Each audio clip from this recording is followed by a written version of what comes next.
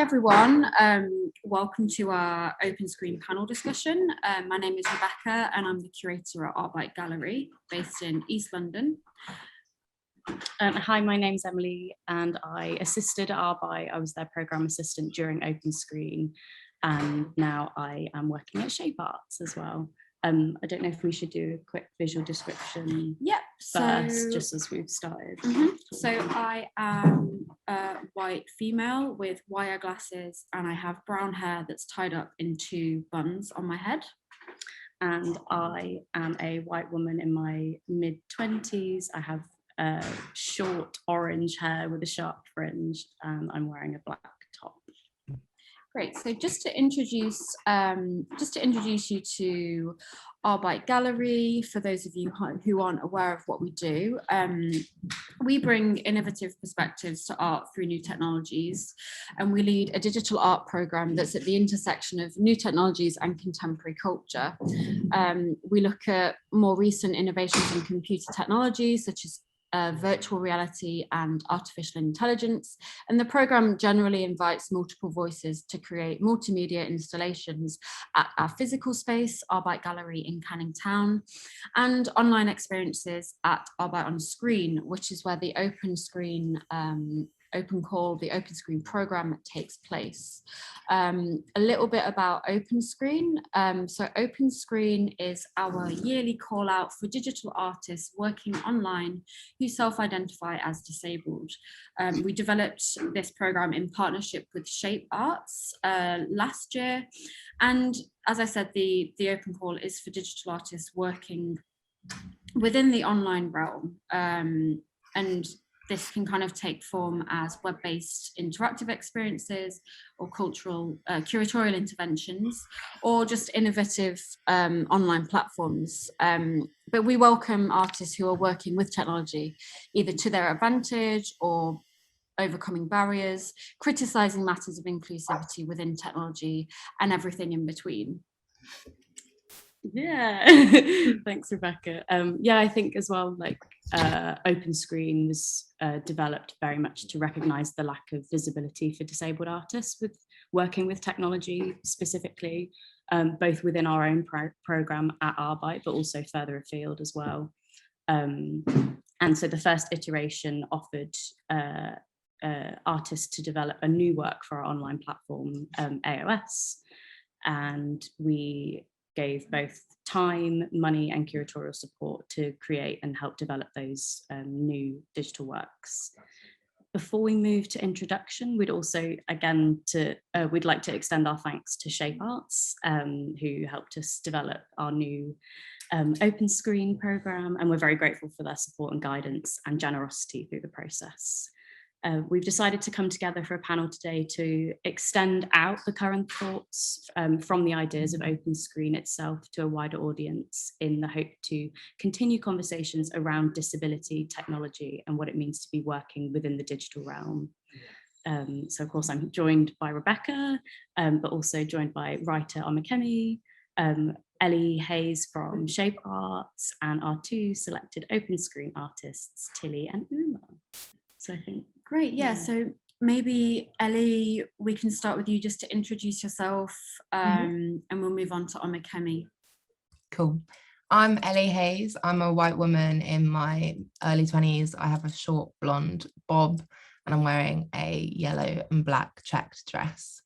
And I am creative producer at Shape Arts, and Shape Arts is a disability-led arts organisation, and we work to remove barriers to creative excellence by educating the wider sector and supporting and helping artists develop their careers and generally changing perceptions, hopefully. I also work on the communications team for Unlimited, which is the world's largest commissioning programme for disabled artists, which we deliver alongside arts admin. Yeah, and I guess more broadly, I'm just kind of reading my bio. I'm kind of committed to the principles of accessibility and intersectionality and equity as the cornerstones of a viable cultural landscape. And I've kind of come from a public art or publicly funded arts environment, working at places like Wellcome Collection and Bold Tendencies. Nice. Yeah, we're really excited that you could join us on this. I know that you played such a pivotal role, you and Jeff, in making this open call kind of come into fruition. But Omikemi, maybe I can just pass over to you quickly just to introduce yourself and your practice. Yeah, thank you. So yeah, firstly, thanks for inviting me here. I'm Omikemi, a brown-skinned black person with a skin fade and my dreads tied up, and I'm wearing my favorite beige jumper. So I'd say a cross-disciplinary artist. My main practice is writing, but I also work across mentoring and community organizing and bodywork. So that's all I'll say about my practice for now. Thanks. That's great. Thank you so much. I'm sure that we can kind of expand a little bit on that as the panel progresses. But for now, what I'd really like to do is to play the two works, or play like run-throughs of the two works that were made by Tilly PM and Uma Breakdown for Open Screen. So Tilly, I'm going to start with yours if that's okay. So I'm going to share it, and then if you maybe just want to introduce yourself while I'm playing it through. Yep. And we can take it from there. Let me just share that now.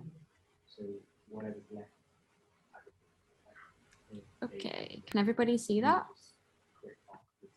Great. So, yeah, hi, I'm Tilly, and yeah, thank you so much for inviting me as well. I've never done this before, so I'm excited, but I'm nervous.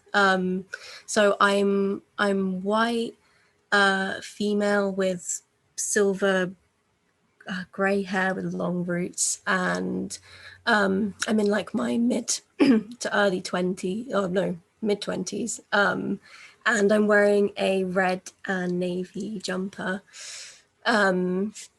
So yeah, this is the sort of my AOS page, and there's my sim like waving over like an image of the Glasgow tenement flats, and this game was made on Unity, and it's a multiple choice game, so depending on which buttons you click, you're taking down different pathways, sort of in looking into the nooks and crannies of domestic space and thinking about like the mythology and the mundane. This is when it first sort of splits off. And like as I was making the game, I was really interested in this idea of play. Like play is this sort of generative space where there's room for mistakes. I think play can be a malleable space. So on this scene, I wanted the player to be able to move the sim along an axis, and yeah, it just kept glitching, but I think there was something really exciting about that. And this is a quote from Lexi Russell's Glitch Feminism. Glitch becomes a catalyst, opening up new pathways, allowing us to seize on new directions. And I feel like I see daily routines as these gaps between, I guess, what we consider living. And I think these gaps can be where play lives, I guess. That when you play, you sort of see beyond the function of an object, or you see the magic of an object and how magic and mundanity are closely linked. And there's quite a lot of switching between real life imagery from my home to computer generated images and images from The Sims. And The Sims was sort of where the first ideas for the game started. I think it's wild that there's a whole game based around like daily routines, which in itself, I guess, enables people to play with what that means. And there's quite a lot of room for glitches in The Sims. And yeah, when I was making the game, GIFs are a really important part of like the visuals. And I found something really exciting with simplifying motion and creating these loops of sort of never-ending movement, breaking down movement from game objects like the sim character, or movement from animals like the seagulls that I was watching out my window through like binoculars and like filming. And I feel like it sort of almost like compresses the quality of the image. And the sounds in the games are a mix of collected sounds from those sort of like free downloadable MP3s to creating like musical scores from the residue of living like left behind in the flat, like hair left in the bathtub or splashes left on the kitchen counter. So I would overlay an image of hair, for example, onto a piano roll, which would give me the notes from the residue. And then this here is a screen recording I took of me watching shark compilation videos. I feel like I endlessly watch these. And I feel like the game is sort of mixed with quite personal moments, which I guess can feel understood by a lot of people, these sort of private moments on, I don't know, like collective platforms. And then the other pathway, which was to watch TV, is a collection of clips from hours of watching reality TV, which in itself can feel a bit like escapism and fantasy. But yeah, it's a collection of clips taken as I've sort of watched through various reality TV shows. I don't know if you can hear it, but this, as I was like clicking through this video multiple times, away into the word terror comes up. Our activity. Predators from mile were trying to. It is one of the side. That is where the terror begins. Almost immediately after landing the shot, and then there's a little button there that takes you to a going to bed scene. And this video screen recording that I got was my sim was actually playing with a toy, and for somehow the toy like left their hand, and they just couldn't go to sleep, they couldn't shower, they couldn't do anything. There was nothing that I could do. And then the final scene is a chatbot. And yeah, this chatbot took a long time to code into the game so that it could be played as a WebGL as opposed to being downloadable. And I couldn't figure out how to get the knowledge base to be findable as a WebGL, but it was really important for me to have the game as a WebGL. And then through a lot of trial and error and lots of help from my partner, managed to get it working. And my mum played through the game and got confused, thinking that she was actually talking to me, which I thought was pretty sweet. And this is real life me lying in bed with the little sim, like that was the like thought cloud above my sim's head as they were sleeping. And I wanted the game to loop back round to me being asleep, to have this sort of never-ending loop of routine. Because in different pathways, there are moments where people will see the same scene no matter which way they go or which way they choose to go. And I sort of wanted to have a mix of the player being in control of the person or object on screen, to then watching like a video cutscene. And this is like my hair and my flatmate's hair in the drain. And then this is like what I called like a side sweeper scene, which is an image of the sim in the flat, which I then put into the program Pixie, which I then took screenshots of and sort of repurposed it into the game. And then this is sort of the video going into the toilet, which was taken on a plumber's camera, which is like a present that my partner got for me for Christmas. So I think I've always had an interest in these spaces that are like too small to physically access or fit into, but viewing them as like a tiny object makes them feel cavernous. So I feel like I'm excited by what is beyond the plug hole, what lives in the pipes that sort of connects us and like our waste. And I guess also the name of the work, right? It's called BYOBOB, which stands for Bring Your Own Banality of Being. Yeah. So I think this kind of your fixation on these kind of like banal instances of life actually really make this work super intimate. And there are some things in here that I didn't see when I was playing, so it's really nice to kind of see them in your screen recording, so everybody gets this very different experience of the work and of your life. I think it is like an interest in this sort of like mystical, mundane. I feel like that's what I was really like, I guess, playing with, and I almost like a childlike. I feel like I was really thinking about how I would play as a child, and like this, like really pushing the function, or like how you see the space that you're existing in as well. Because I think that's what I found really exciting.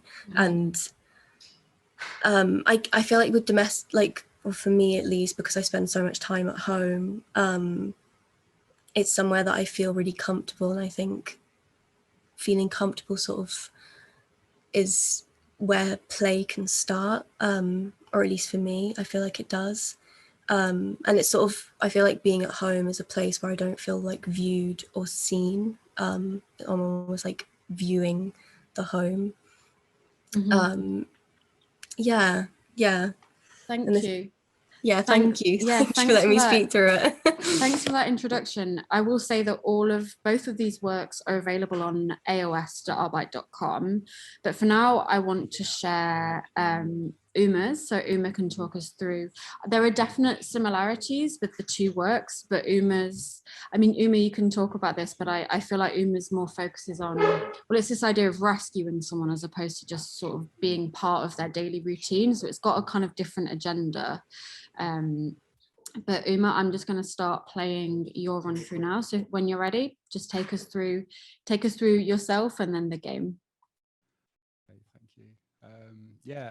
I guess I need to do a warning. I've just seen in my camera that my cat's woken up, so we might get an additional person presenting in a second. Thank you so much for arebyte for letting me do this. It was a really exciting project to be part of. My name's Uma. I do my self-description. I'm a white non-binary person, wearing a denim shirt, and I have green hair. I'm a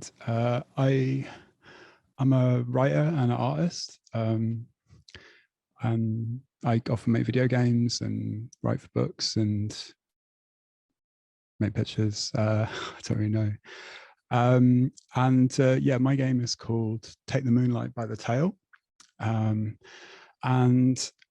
it's, I kind of thought of it as trying to make a game that was more like a film. Like, I've tried to make videos before, and I've never really felt like it's a medium that's kind of worked for me. But I wanted to make a game that felt like a film that like looped round and round.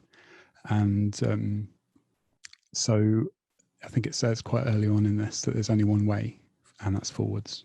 And that's the kind of format of the game. There's only ever one button you can click, and the button just clicks to the next scene. And when you get to the end, the last one loops back to the first scene, and that's it. It just goes forwards. And it's kind of a story. It's a story that's about going forwards, but making mistakes. So sometimes that going forwards is like discontinuous. Sometimes it kind of skips tracks. And sometimes you realize that the thing that you thought you were moving forwards, you're actually just moving forwards in your head, and not in reality. It's kind of hard to know like how to talk about it, because like there's stuff that it's like based on, but that's maybe not interesting to anyone else. I really like kind of I like genre fiction. I like trash. That's what I'm really excited about. So it's a very kind of familiar, maybe kind of story, from everything from like children's cartoons to like mythology. That there's a person and they have to take someone somewhere, and that's the story. And a film that I I've really liked for a long time is Kurosawa's The Hidden Fortress, which is the story that Star Wars is based on, which is about a couple of Japanese peasants who have to escort the monarch to a city during a time of war. And the monarch can't talk, famously, in the story, because if she does, it'll give away the fact that she's royalty. So she's this like silent person that's being kind of escorted by these two guys. And that's kind of one of the things that it's based on. It's like the idea of like looking after someone, and looking after someone who needs looking after, but also has this kind of ambiguous level of like weight and potential in them. Like it's not exactly fixed what it is that's really important about that person. There's all this kind of qualities to them. And it's also, I guess, I really like kind of like technical like writing forms, like when like poetry is built around like a structure. And in particular with this, I was really interested in the kind of writing style that's made famous by Gogol, which is skaz. It's a kind of like oral history kind of approach, or like the thing is that you're the form of the writing is that you're telling a story, and you do it, it's written as if it's like in speech, so it's in a kind of dialect, but it's also delivered in a way like when you start explaining something and you're like, no, actually it's like this, and you go back and you don't edit that bit out that was wrong, you leave that wrong bit in. And I like this as like a formal thing. I like that it makes everything kind of unreliable, and it kind of fits with what the main thing that I was kind of working through personally, and through the work, was the idea of like unstable sense of self. That your like who you are is not consistent, and you have to deal with the fact that you're making decisions today that the person who takes over your body tomorrow will have to cope with, and you have to like be mindful of that and gentle on them, and also that you have to kind of deal with stuff that you're like, I don't know how this decision got made, but I'm dealing with it because it was made by someone else. So that's this kind of like, I guess, this character that I often put in my games, is that it's like an agent. So that's what they are. They're like this thing that has capacity of agency. They make stuff happen. But what they make happen, who they represent, is the kind of thing that shifts. Yeah, so that's the kind of like, I guess, the behind the scenes kind of thing. And I hope it kind of works through the story that's told through the text box, but also through the kind of interface.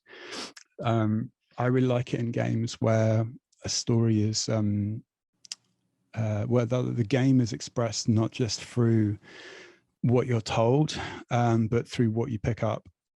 So when I was making this, I was like regularly playing the game Dark Souls, just for hours and hours, just to like I find it like a really incredibly calming thing to do. It's like incredibly repetitious, and making mistakes is just a normal part of it. So quite a lot of the Dark Souls kind of lore appears in this, but also the idea that like you understand, because you're dealing with the same stuff over and over again, the story can be told through quite subtle things. So you can, because you'll be in the same place hundreds of times, you can start to get a sense that the architecture here represents something, or that the way the architecture shifts in one area to another is indicative of some historical event. And you start picking that up because you're going to spend loads and loads of time in the same place. And so I was like, well, what about all the bits at the edge of the game when you play a game? Like, can you do some like storytelling with those? So as the game progresses, the narrative moves further out from the text box at the bottom and the kind of central viewport to kind of spilling out over the edges, or shifting the whole kind of like overall frame. I was like, yeah, basically, like, can I tell a story mostly through the CSS coding in the game, which is where most of the storytelling I think is done. It's done in like how the layout changes, and it's kind of really hard. Can you put the music on? Yeah, of course.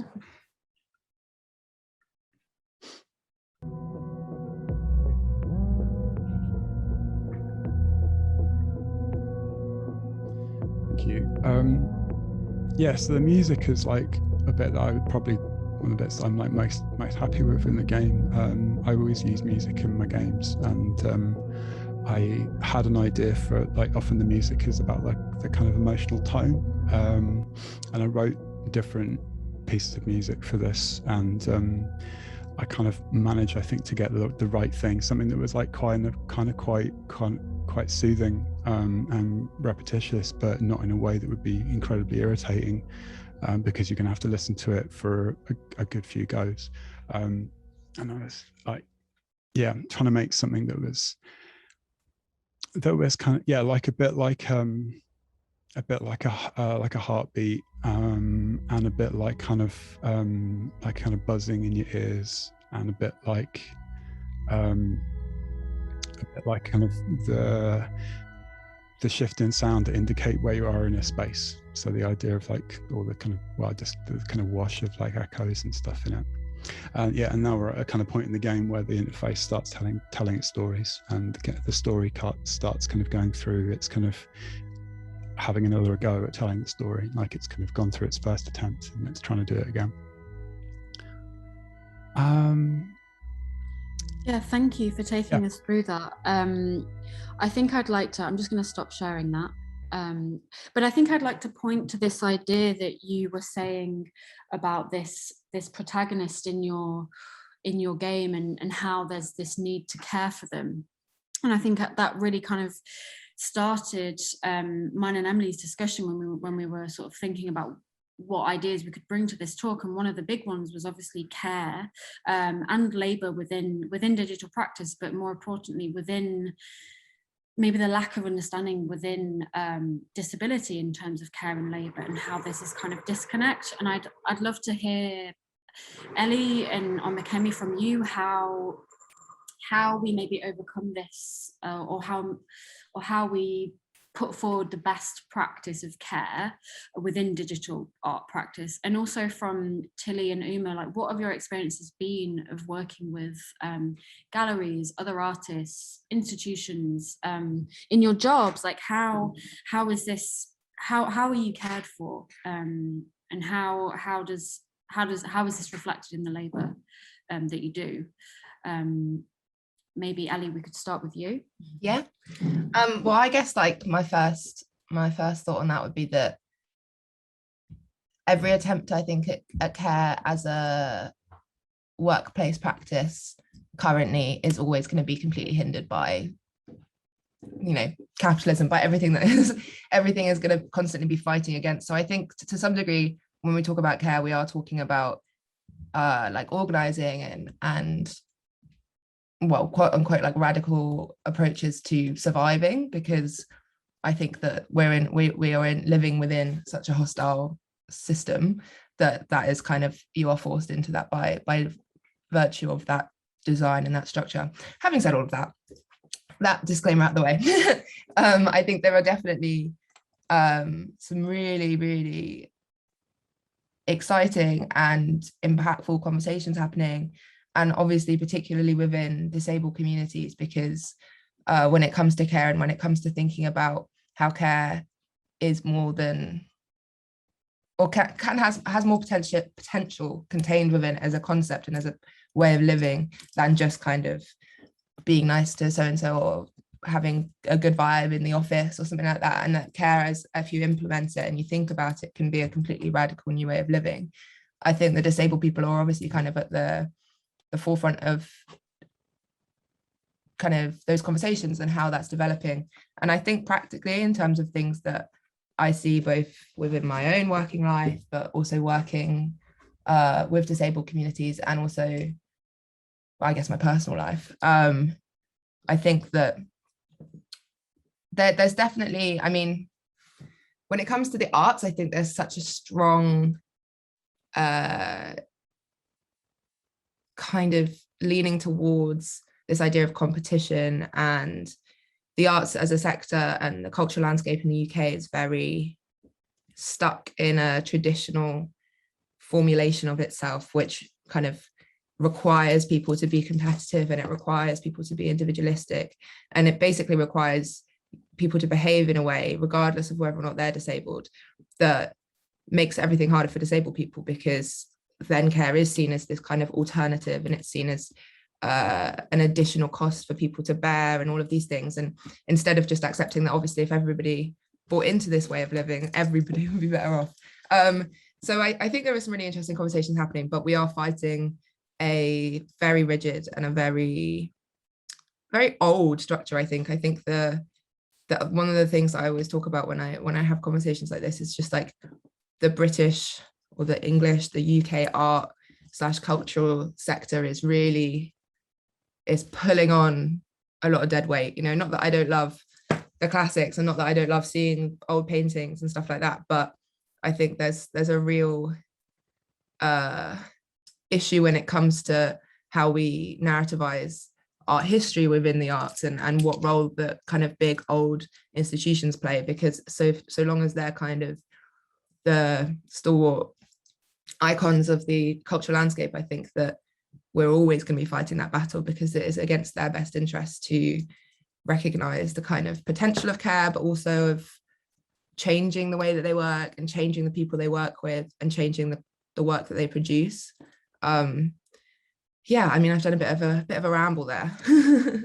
But I think within from like my perspective as I guess more of like an arts worker than an artist, it feels kind of like, I guess it obviously flows from the fact that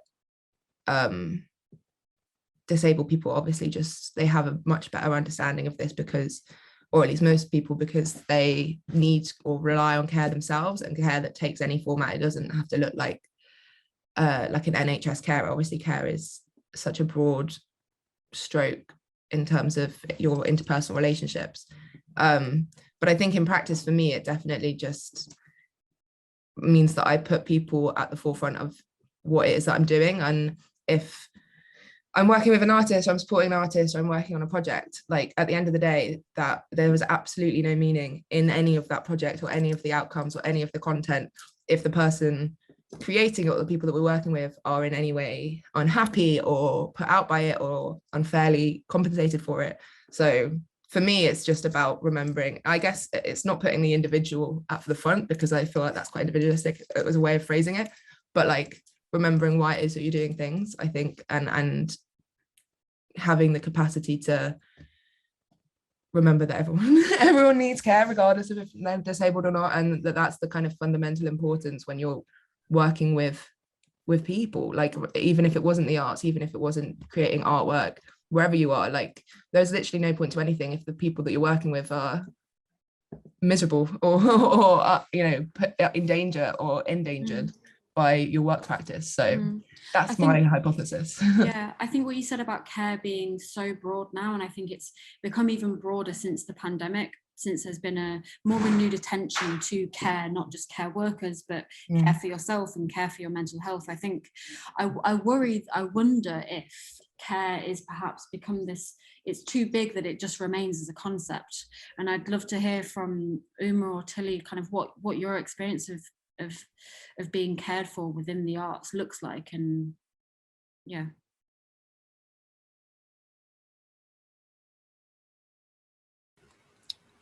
Yeah, sorry, I'm like sort of digesting this. Yeah,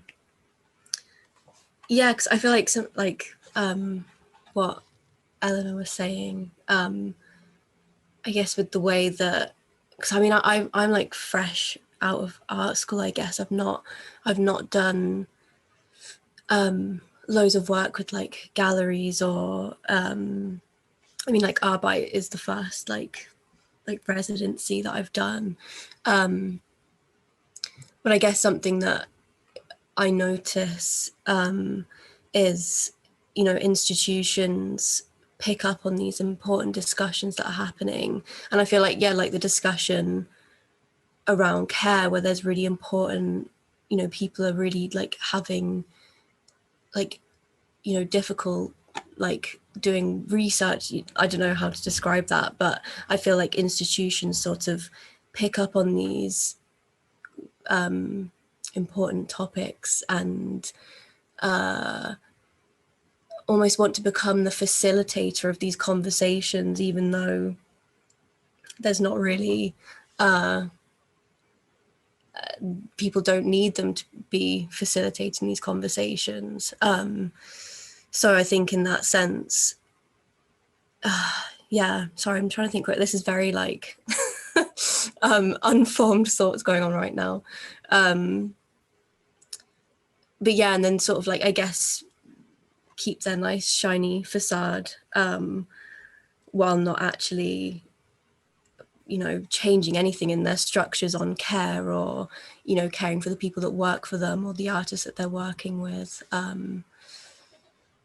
Yeah, sorry, that's a very like I definitely agree with what you were just saying, like that idea of the institution kind of like co-opting a conversation, and then it happens and it becomes discursive and it becomes this idea within the arts. And in reality, care is literally like so practical and so basic in terms of it doesn't require much kind of aimless thinking and conversations and roundtables and all of that. Like, I mean, I think there's ironies. I think I've seen like some of the artists that I'm friends with giving talks on care at institutions who have had you know, strikes on for months.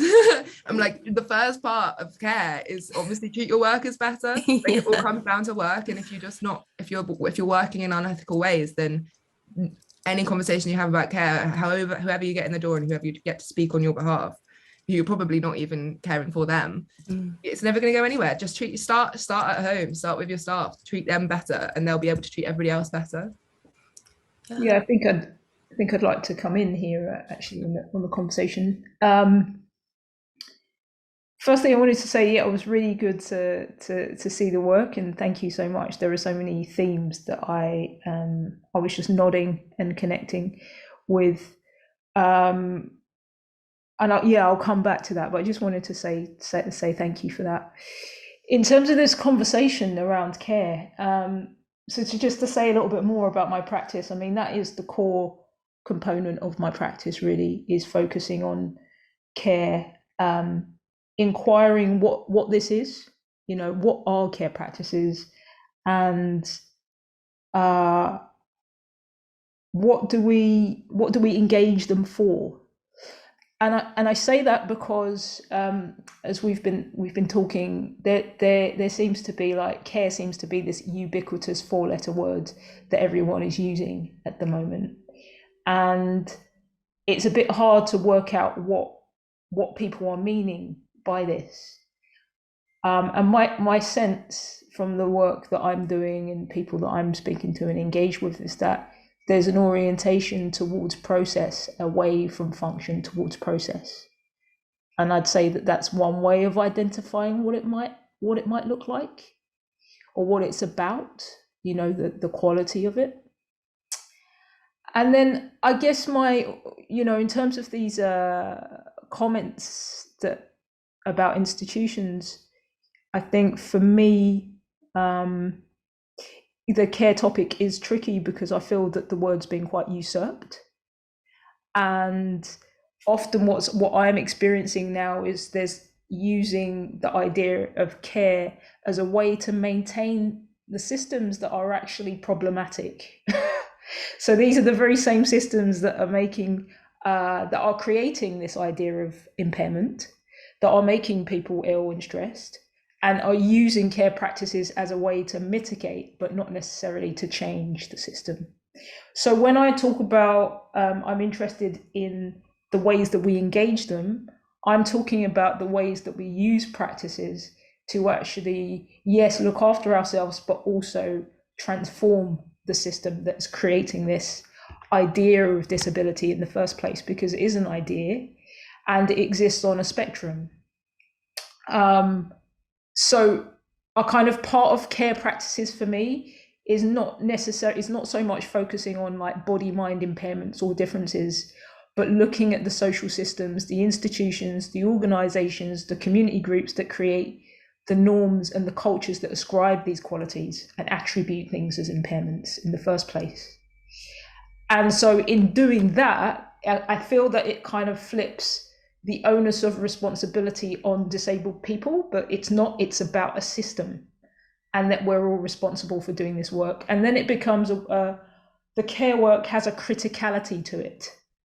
And I think often what I'm experiencing a lot of is like, okay, how do we get people to kind of complain less about work or be comfortable working in a system that's creating a lot of difficulty? So that probably seems quite dense and quite a lot, but I just wanted to kind of bring that forward. I feel quite strongly about that, as you've probably heard.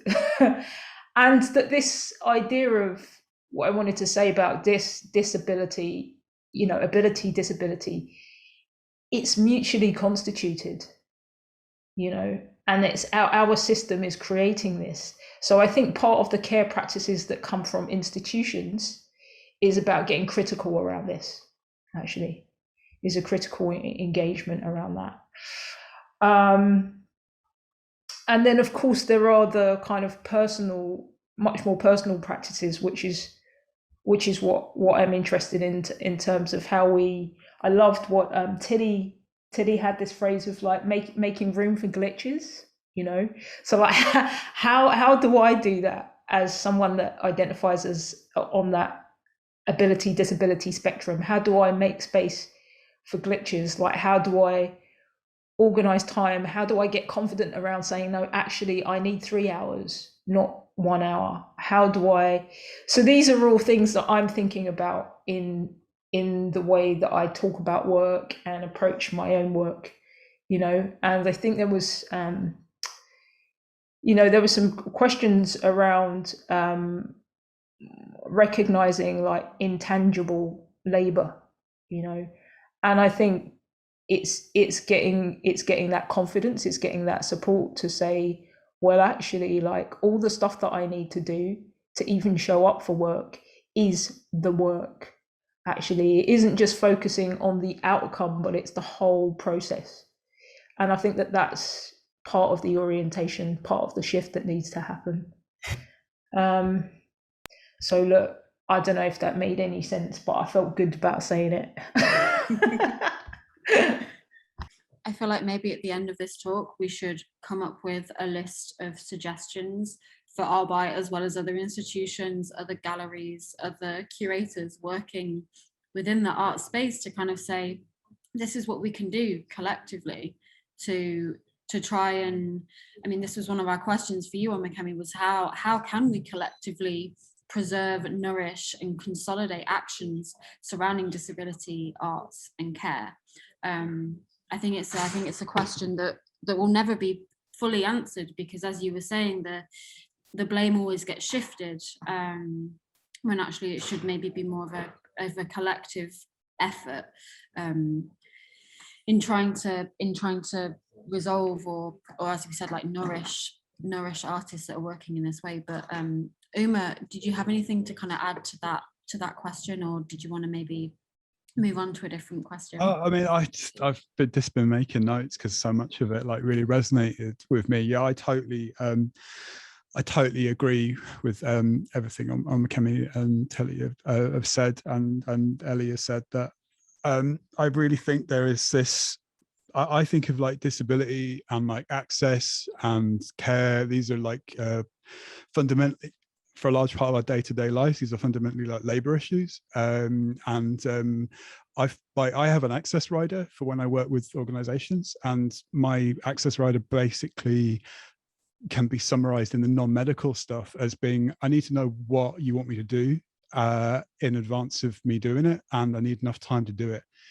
And that's not particularly revolutionary, and it's a thing that in a more considerate environment would be the very bare minimum that like an employee could offer anyone. But I only manage to get it sometimes because it's attached to this medical thing. And it's the main reason that I use my kind of medical status when I have like a job, like I'm currently self-employed very happily, but when I have a job that is paid by someone else, it's the only way that I get leverage to get stuff that basically I think everyone else should get. And I always try and make a point of like making that that kind of idea that like my position is not actually that special, like really clear in the employment situation, so that it's harder for them to not extend the same thing to the people that I'm working with. But yeah, that I also think so. For a long time I worked on the other side. I was a care worker and not an artist. That completely dominated my time, I keep thinking about how we had well-being time, which is I think is quite a cynical thing that again puts the onus of like burnout on the person who's burning out. So this time is not time that you're allowed to use to like catch up on your workload that cannot be fitted in your day. It has to be used on Zumba or something else, or it can't even be used in a kind of like sitting around and just talking to the people you work with. It has to be like in this like prescribed way that's going to help you. And I kind of feel like that's again like a shift that makes it into like, oh, it's your fault. You need to eat better, you need to get more sleep and stuff like that. And my last point, because I don't want to ramble too much, a thing that I keep thinking about, like, because that's the first proper time I've seen all of Tilly's game, was the idea of like things being broken, so like glitches, but also just like general kind of like jankiness. And I really like this as like a kind of political kind of position in that you make art that's kind of broken, because not only is it a thing that's like, it refuses the idea that something could be like polished and seamless, but it also kind of invites the people that encounter it to have like this active kind of thing where you're going, I could make something like this, or I could see where this could go and I could do something with it. And that becomes like I feel like that's a much more care-filled kind of relationship to have to art, to be like, I'm going to work with this and I'm going to make it work, rather than this thing just like beams its perfectness onto me and I'm meant to encounter it as either like, oh, this is terrible or it's great. But like, yeah, that kind of idea of like things always being in the stage of breaking and being repaired and remade into new stuff is like a kind of political thing, and I really like. So I was really happy to see this kind of like appear. I will stop talking though. Omar, thank you so much for that. I really love this this idea of like a glitchy or janky aesthetic. Actually, it really appeals to me, and I feel like it connects to some of the things that I'm thinking about in terms of my own practice and other people's practices, that they're coming from. It's emergent, you know, it's coming from exactly what's going on with me in the moment. And it's not something that I'm not trying to fit into someone else's idea of what it should look like, or I like this phrase of like this beaming down, this perfectness, you know.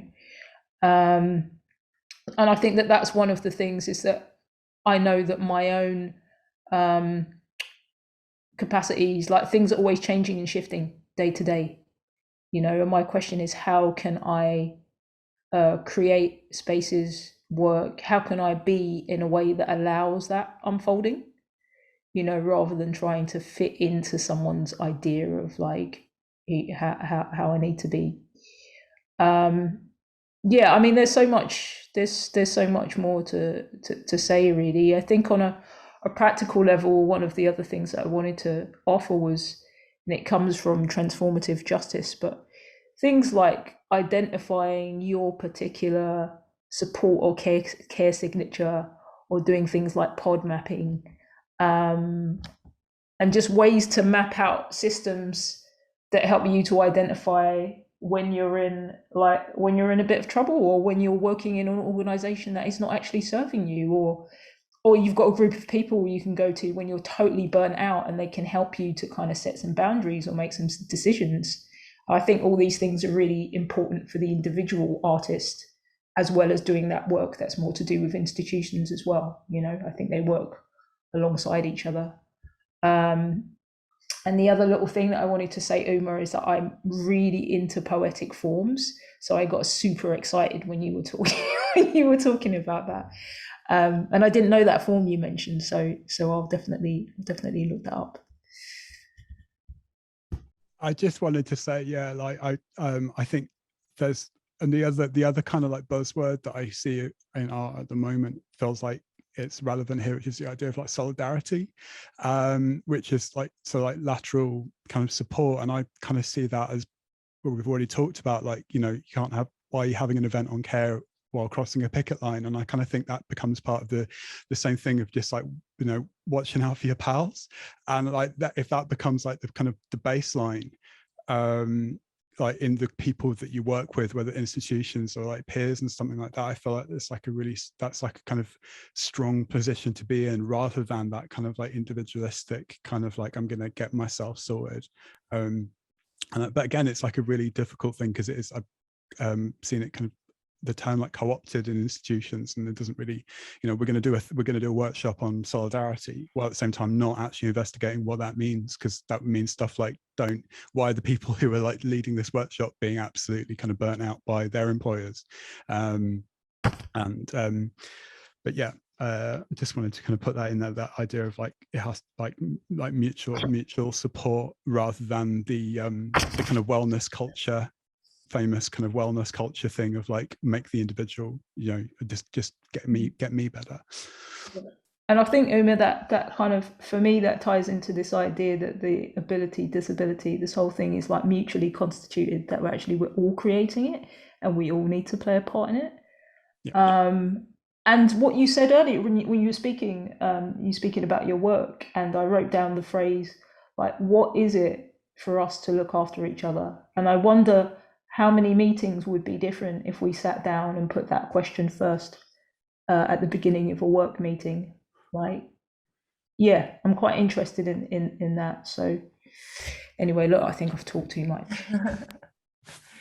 I was just going to pipe up to agree completely. I think that, though obviously there's a lot of benefit to having these conversations and locating them within a kind of industrial geography of the arts landscape, obviously it's so endemic as a vibe across, like, this individualistic, this, I mean, obviously, like, just, you know, the whole of sociological literature will probably tell you the same thing, but this incessant kind of individualism and rampant competitiveness is not specific to the arts.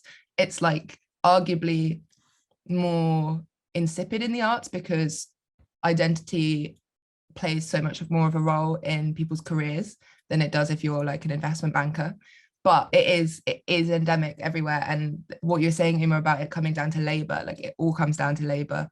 And I think, though, we could potentially, as an industry, make steps towards improving ahead of other kind of industries. I think that we can't do that on the pretense that it's unique position or it's a unique experience, because part of the reason, and like you were saying, Omikemi, like, the way that disability and identity is constituted isn't located within an industry or a sector, like, that is so widespread. And I think that's some of the kind of like real potential within conversations like this. But in my experience of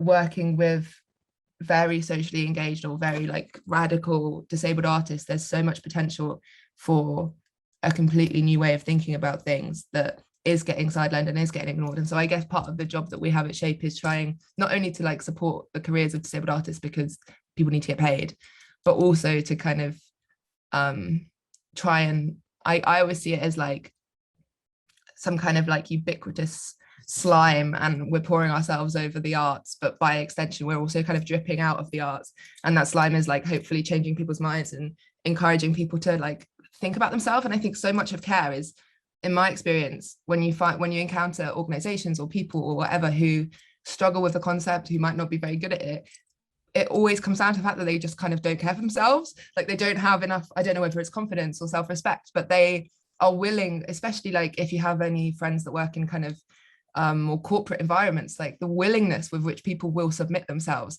to this idea of having to grind and having to be unhealthy and having to spend hours and hours doing something in the office. Like, people are so willing to do that, and if they just actually cared for themselves more, then they would start to realize that there is potential in this, because if we all cared for ourselves, we can care for other people, and it kind of like echoes out. But yeah, I thought I would just add that I'm scared for us all, basically.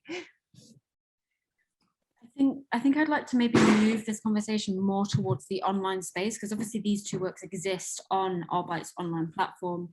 And I know that Ellie at Shape, you've also been involved in recent digital programming at Shape. And I guess to maybe talk about how care, or how this kind of idea of care is perhaps different online when it's maybe less tangible. And also thinking about current methods of accessibility online, and lots of websites having these kind of little accessibility keys, but is that enough? Like, what could people do more to make projects like Open Screen or projects like Shapes Unfolding Shrines perhaps more accessible, and kind of what were the working methods in that?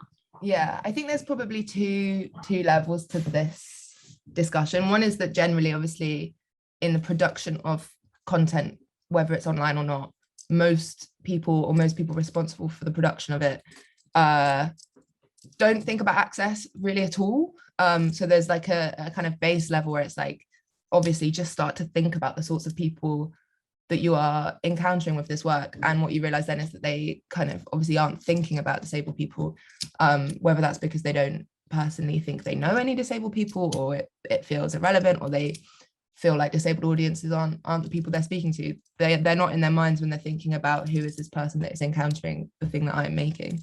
And so there's like a real base level of like the things that you should do. You know, there's like, think about visually impaired audiences, think about hard of hearing and deaf audiences. Like, there's very basic things. And obviously I would recommend kind of looking at the resources on our website and on the Unlimited website if you want to get to grips with things like that, in terms of like audio description and where you might find a BSL interpreter, all of those kind of basic things.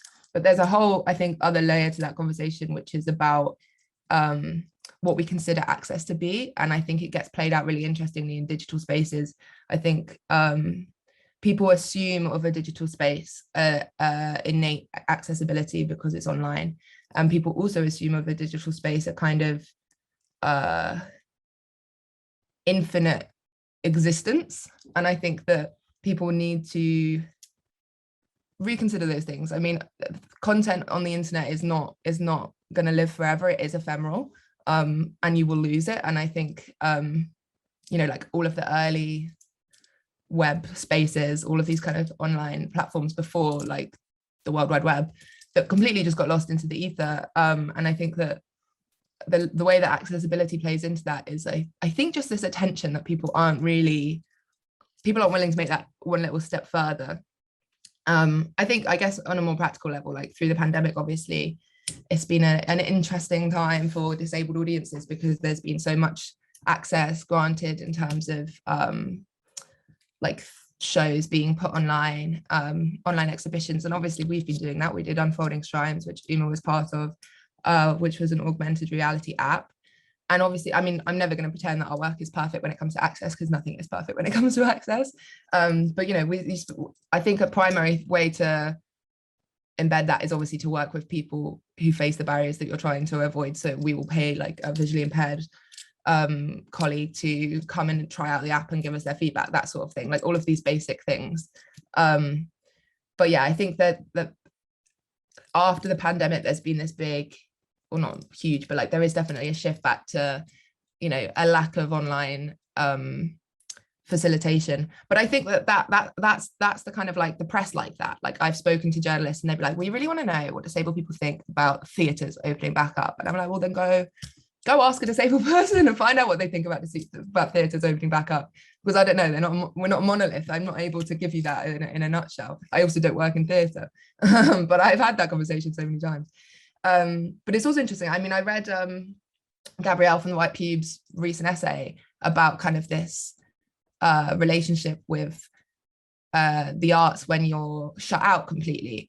And it is interesting to me because I think there are there are examples. There are definitely organizations that I have seen and I have worked with over the last 18 months who are sending out like actual things to their members. They're sending out packs of materials and resources. They're finding funding to buy iPads.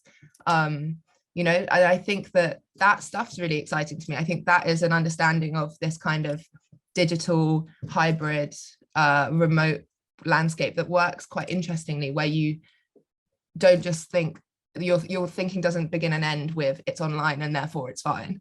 There's obviously more to it than that, and you have to really be willing to put in the thought about how that manifests, and if it does require you to physically also do something else, then physically also do something else and talk to the people that you're making things for. I think at the end of the day, you just have to have the right conversations, and if you're making work for an audience, speak to the audience about what they need and what they want, and then work from there upwards.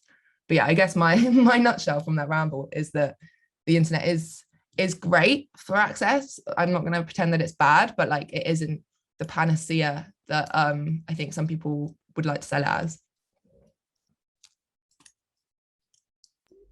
Yeah, thank you, Ellie, for that. I think I just don't have much to add to that, but also just that I think there's an assumption that everyone has access to what's happening online, and that really isn't the case, you know. So I think that's also something that's worth thinking about within all of this as well.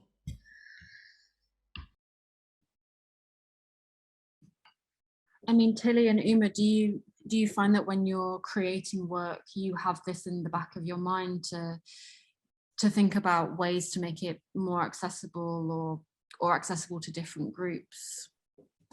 Is this sort of something that's constantly there in your practice? Okay, yeah. Yeah, I mean, I feel like it is, it's something that I feel like I'm constantly thinking about. And I feel like, as Ellie was saying, like it's almost, there are so many potentials of trying to make something accessible. Like it's definitely something that I'm always thinking about with like what work I'm making and how, because like as Omikemi was saying, like obviously not everyone has access to, you know, a device or internet, and I feel like definitely with the game that I made for arebyte, I was aware that, you know, you need a laptop to play it. So in that sense, I know that, you know, it's not accessible to a lot of people. So there are these things that I definitely think about as making work. And then it's because it's almost like the limitation of the programs that I'm using can in that sense limit me with how I make things accessible. For example, like making the game able to play on like a phone would be more time that I would need to, you know, put it into that format. So there's all these things that that I'm sort of considering as I'm making. And I guess sort of when I know it's not accessible, it's sort of trying to think in the future how I could make that possible for like when I'm making, for that to be the case in the future. It's definitely something that I think about.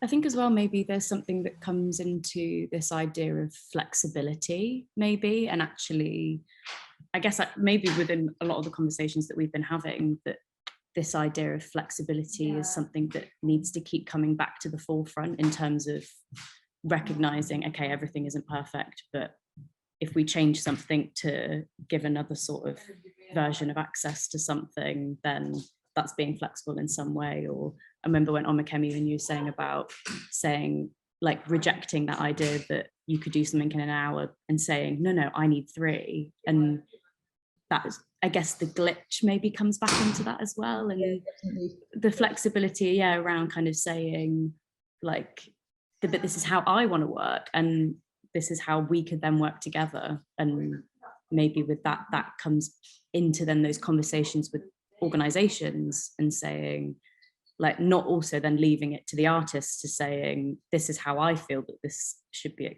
accessed, that actually it's also the organization's work to turn that around and go, okay, what can we provide maybe as well? But Omikemi, I don't know. Yeah, no, definitely. I definitely agree with that. And I think it is about the organization making space for that and being aware that this is, once I keep going back to that, but that it's a process and that it's a live process and that things are emergent, you know, and within that is this glitch. I really like that, you know, and that maybe that is the approach, that is the aesthetic in a way. And if that's driving it, then those organizations need to respond to that and make space. Yeah. I think what Uma was saying about access riders is important as well. I mean, as a gallery, it's not something that we tend to ask for, but I'm wondering if institutions, curators, other artists should ask for them anyway. I think maybe they should become a more common thing. You ask for a CV, why not ask for an access rider along with that? And then everybody's kind of on the same page about what your needs are and what your expectations are as well. Yeah, I think also it's definitely, the onus is definitely on the kind of funded bodies in that respect, because being a disabled person and disclosing your needs, obviously great if the environment is safe for you, but is also a very risky thing to do if the environment isn't, because it could see you just not in that environment anymore, basically, you know. And I think that disabled people do need to kind of feel confident that the energy is there from whoever it is they're working with to put effort into it. It doesn't have to, nothing is perfect. Like we were saying, like the biggest red flag is something that is fully accessible, because that's absolute rubbish. Nothing's fully accessible, primarily because access is a really broad concept anyway. Like even if it's accessible to all disabled audiences, which would be unheard of, it might not be accessible in the language it uses, or it might not be accessible to other types of audiences. So, you know, it's a falsity to imagine there's perfection. And I think this is why it all comes back down to this idea of care, because I think at its core, working with a commitment to accessibility means you're working to commitment to care of the people you're working with, but also the people that you're working for. And it's just about putting in more thought about like what people need and what would benefit people and the project. So I think it's interesting how the kind of idea of care and accessibility, like at their core, are basically just be nicer to people around you and like put more thought into that and how you support them. But yeah, I mean, in terms of like practical advice when it comes to accessibility, I think what Emily was saying, like Emily and I have had so many conversations together with other, because at Shape we do a lot of kind of consultation, and a lot of the time that looks like talking to organizations on Zoom, and a lot of the time that looks like making a marketing plan for an artist who's just launched a new work.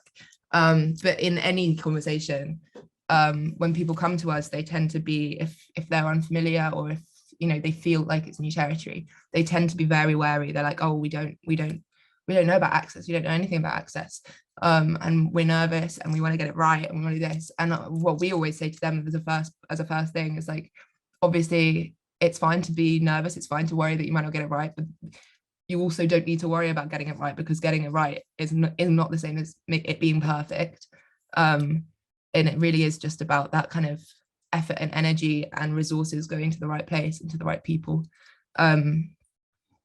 which I was going to circle back to something else on, but now I've forgotten. So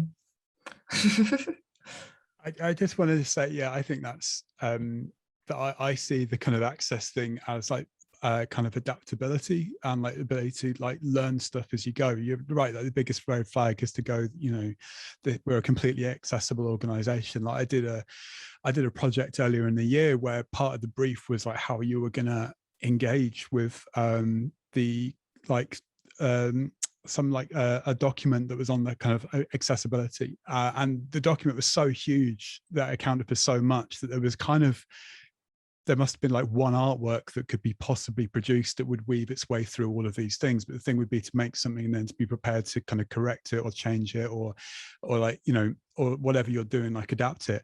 But I think it's also that kind of care, and to come back to what I said about that kind of solidarity and like across different things, it's like learning like learning to make things more adaptable without kind of like immediately piling that pressure on something else. So I once worked at an organization where it seemed they'd been open for like 3 decades, but they had their first first group of people from a deaf and hearing impaired organization coming to visit. Somehow this had never happened in this organization because they had nothing in place for it. But their response was to immediately put the pressure into like a kind of crunch state on the people that would be delivering the thing, rather than to go, oh, actually, we've not thought about this before. This is a problem at management level. We need to shift the thing that we're doing, change some structural stuff, have it later, rather than like, right now, you guys have to deliver something in a day and you have to completely change what you're doing.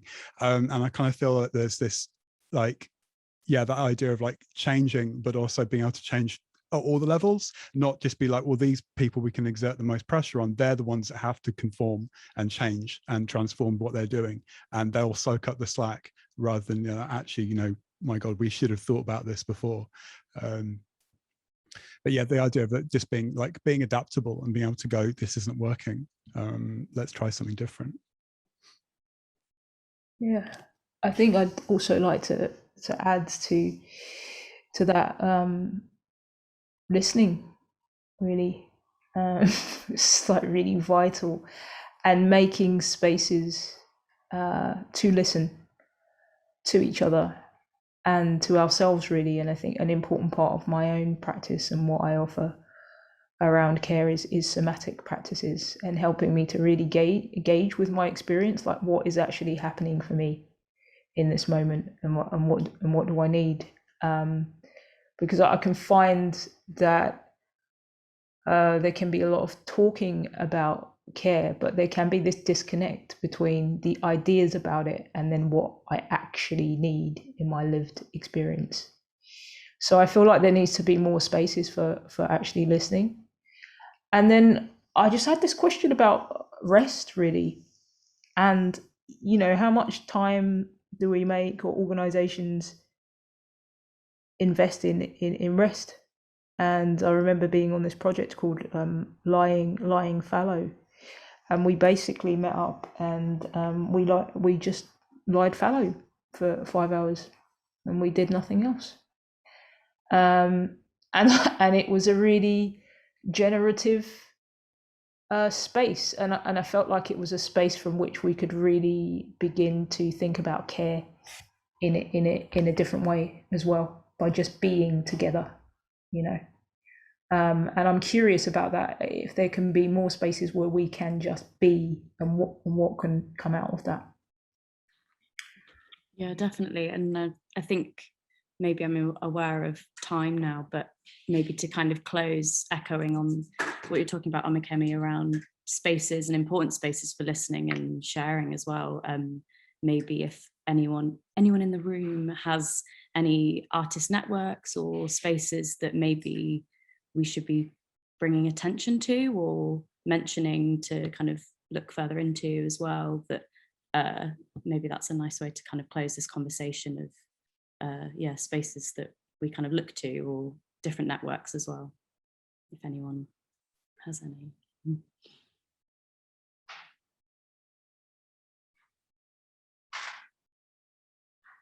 I mean, from my limited experience, I would say look on Shape's website and all of their resources, which are really very well put together and very easy to understand. And so I would say definitely start there. Yeah, I think it's tricky. I think there are so many great either artist run networks or kind of organizations working within kind of disability arts. There are some great places like Hedva and Action Space and Submit to Love Studios, like all of those sorts of places who are doing really great work with care, really like high on the priority list. But at the same time, like I won't pretend it's a perfect landscape. And I think if you're coming into it as a kind of individual artist, it's very difficult to know where to start. And I think much like the conversations we've been having, I think it's about starting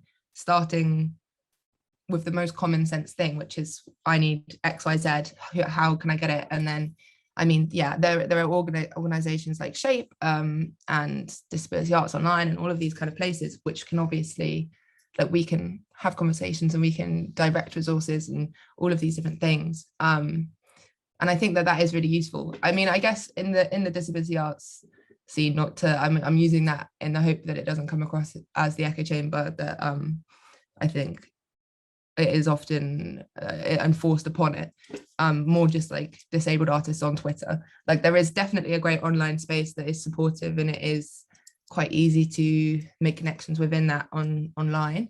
But at the same time, like, as we've been discussing, like, online isn't necessarily equivalent to access, and that those kind of online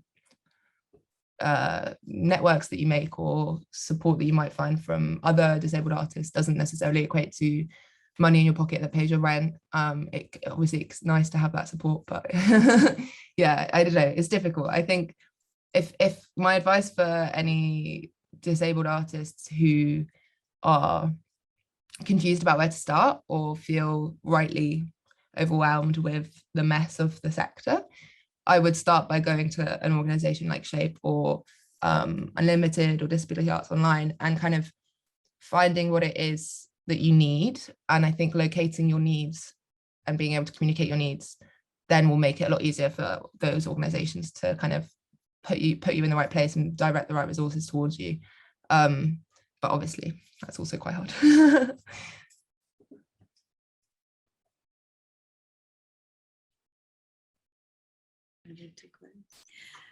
All right, well, we will do our best to try and get as many of those suggestions throughout the talk into the description of this chat when it premieres on AOS and on YouTube. But I would actually just like to take this opportunity to also thank Marcel Hirschman, who will be doing the British Sign Language interpretation for us, which you should be able to see somewhere in this screen. I'm not sure where it will be yet. But also, yeah, just thank you, Omikemi and Ellie, for taking part in this discussion, and Tilly and Uma for your great work on the first ever arebyte open screen. The open call next year will be open soon. So anybody who's wanting to apply, please have a look at our social media. We'll be announcing it early next year. And any questions in the meantime, please feel free to drop them through to myself, Rebecca@arebyte.com. But yeah, is there any last closing remarks from anybody else, or shall we finish it up there?